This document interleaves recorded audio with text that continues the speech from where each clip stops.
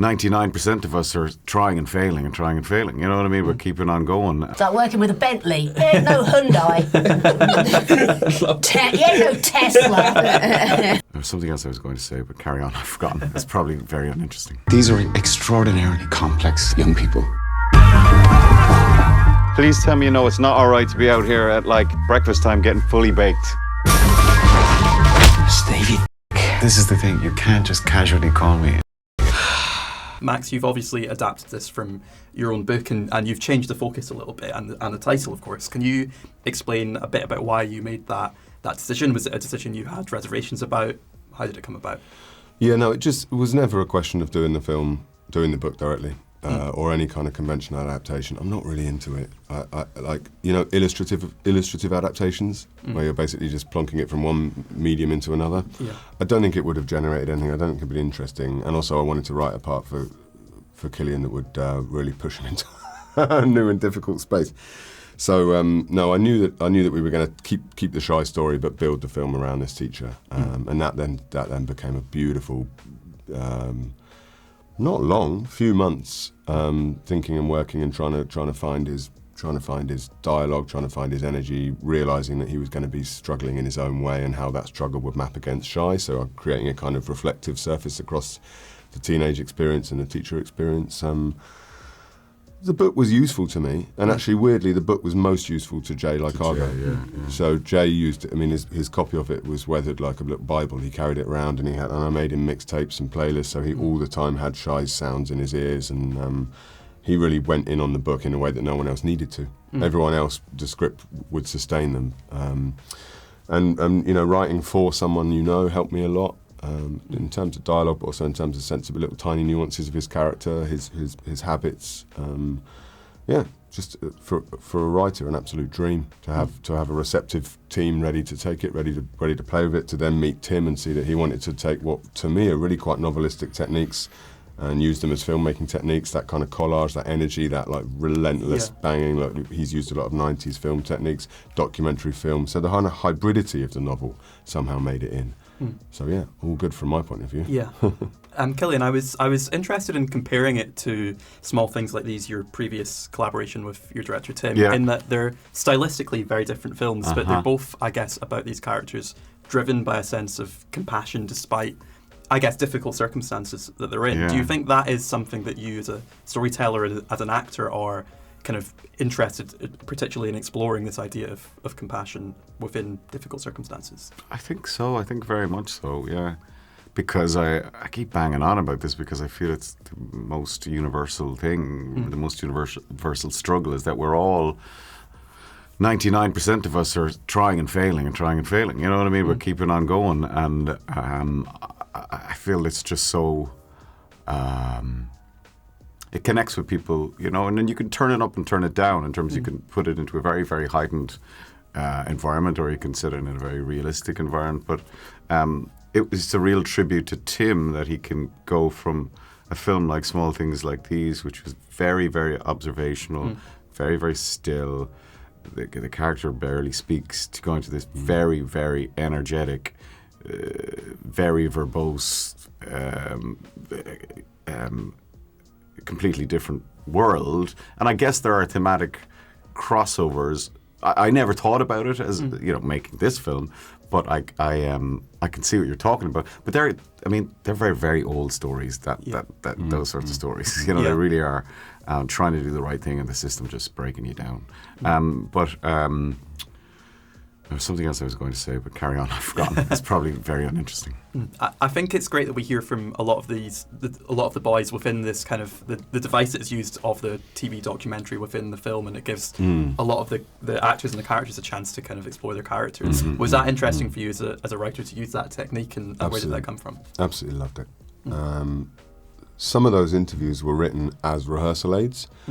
So we got in the room with the boys for 2 weeks before we started shooting, and we just talked a lot. Tim would take them off for 10 minutes, I'd take them off for 10 minutes. They'd say things like, it would really help me if I could be actually a bit sad, or if I could be Cornish, or whatever, So we made tweaks. I was tweaking the script throughout the process. We needed a bit of dialogue for that. So then when we realised that in the editorial process that those interviews could be used, because they were rich enough and good enough and create this incredible split between their behaviours, as it were, natural behaviours, and their performance of themselves, which is ultimately what the film was about. You know, who is Steve and how is he performing himself to others around him? So yeah, absolute joy as a writer to have even almost a kind of, not because I'm improvising, I suppose. I'm responding to the atmosphere around me, and even at that point when we were on set, I've got the props team showing me, I've got the costume department explaining to me how they're going to make decisions about the way the boys are dressed in authentic 90s sportswear and how much the trainers have cost. You know, all this kind of stuff, and then to have that flooding into the language of the film itself. Very interesting and unusual. Jay, obviously, you're playing the character who is the title character of the book. Yes. How important was it for you to kind of go back and read the book and get more kind of information about that, or do you base it entirely on the script, your performance? I read the book all the time, to the point that when I was in workshops with Max and Cillian, they were saying there is a script to read also. But that's the thing, I was kind of fortunate in that sense that the book is just filled with so much detail about Shai that I could lose myself. And it just turned into it turned into the biggest resource, because every day when I was on set, you would find me in the corner with my Walkman, with my headphones on, just reading the book. Right. Probably reading the same passage again, but it just helped me stay in what he's thinking, what his imagination is, what his relationship is with his mum, what he hopes, what's his ambition. So it was an incredible resource, man. Yeah. You two are obviously both playing teachers at very different stages of their careers. Did you have particular teachers from your own life that you thought about, or maybe teachers that you spoke to in preparation for the roles that kind of helped you understand what it is to be a teacher in that situation? You go first. Yeah, I had there's two teachers in my secondary school, Miss Welton and Miss Chambers, but then in my youth centre, these two youth workers who just opened up that third space for me. And youth club was like, I guess my first real sense of independence, because I didn't have to go, but I wanted to go, and so I made sure I went after school, because I felt it was a place where I can just communicate honestly about how I'm feeling, but also just be around other like-minded individuals, other young people that, you know, had an interest in what I was interested in. And that was all because of how our youth workers treated us, you know. Just having that safe space for communication was really, really important. Yeah. I think what we're doing in this film, though, it's like an extreme form of teaching, because, you know, I've had two children. I'm a different generation to you. I mean, I was the, people throwing chalk at me and chalkboard, erasers, and no kid talked about their feelings. You know, you called everyone Mister and this, and then I had a few amazing teachers, and I had a wonderful headmaster who really encouraged me to try and do acting or, music and stuff. But I spoke to somebody that my daughter, who worked for UK Youth at one time, she'd worked for various charities, and who had been an educator and a special educator in this type of situation. And she was fantastic. And I just taped her. She did know I was taping her. She just told me about their days and then she talked about how hard it was, but how she loved these kids, and you weren't doing it for the money, and you weren't doing it for no one was filming you or watching you or saying you did a great job. She said it was thankless some days, and the breakthrough she had, and then the camaraderie amongst the teachers, and smoking and drinking at the end of the day. And this was in the 90s. So she said, it was just, we had such great friendships, and some of us broke down and couldn't take it, and why are we doing this? And so I found that very interesting, because this is very extreme, this place we're working in, and how Steve and I have got it started and got it financed, and now we're in this, it's very out of the traditional education system. It's so accurate as well, because when I went to because my dad works in these units like Steve, right.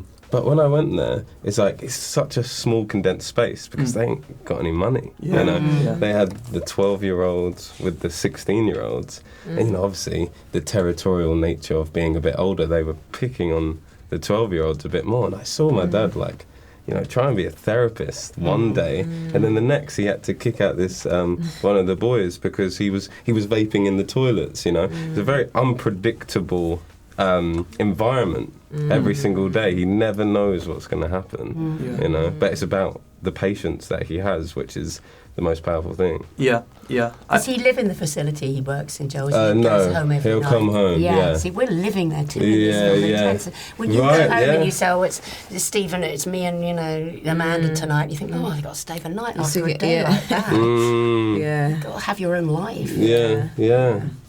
I think it's really one of the interesting devices in this film is we learn a lot about the boys through these interviews that they're giving to the TV crew within the film. Yeah. How do you think Shai as a character would have enjoyed speaking to that TV crew? How do you think that kind of meant something to him to kind of be listened to and feel like he was being heard by something kind of beyond his immediate surroundings? That's the thing, because I feel like all these boys want to be heard, but they just don't know how to articulate themselves or communicate.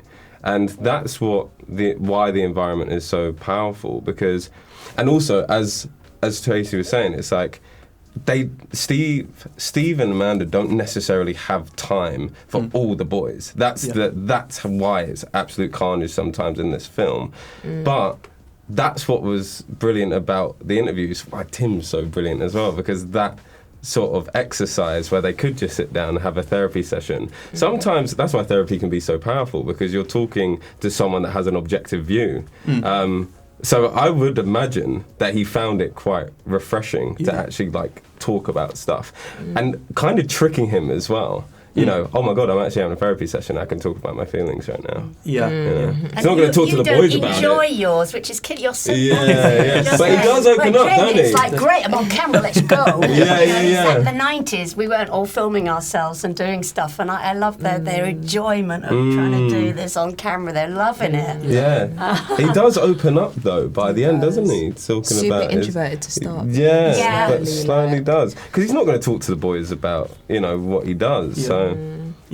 I want to quickly ask about Cillian as well. I spoke to some of his co-stars from Small Things Like These last year, and they talked about the kind of great intensity that he brings to every scene he's in, but then the ability to switch hats to, he's a producer as well in the film. Did you guys all witness that, the switching between that intensity and then, having the producer hat on as well? I just felt like he was just so committed to the role. Like, it just felt like he was just in it, even though he's so lovely and so approachable. More time I was just like, nah, he looks like he's in his zone, and I don't want to, take him out of that or disrupt that. But was always like, for me anyway, super down to if it run some lines or run the scene, like just so collaborative and so open in sharing that space on camera, for sure. We're all aware that his, success and his brilliance and his kindness got this film made, and it was a privilege to work with him and to come off such a huge Oscar-winning success and make something like this and be so egalitarian with us all and helpful, and it was a really intense part for him to play, and so sometimes I just leave him really, and it wasn't like you could just go talk about music that day, to let him do it, and we're all here really because of him in this particular project, and we just had an amazing time and an experience. We'll thank him. Good bloke. He's it's like working with a Bentley. He ain't no Hyundai. He ain't no Tesla.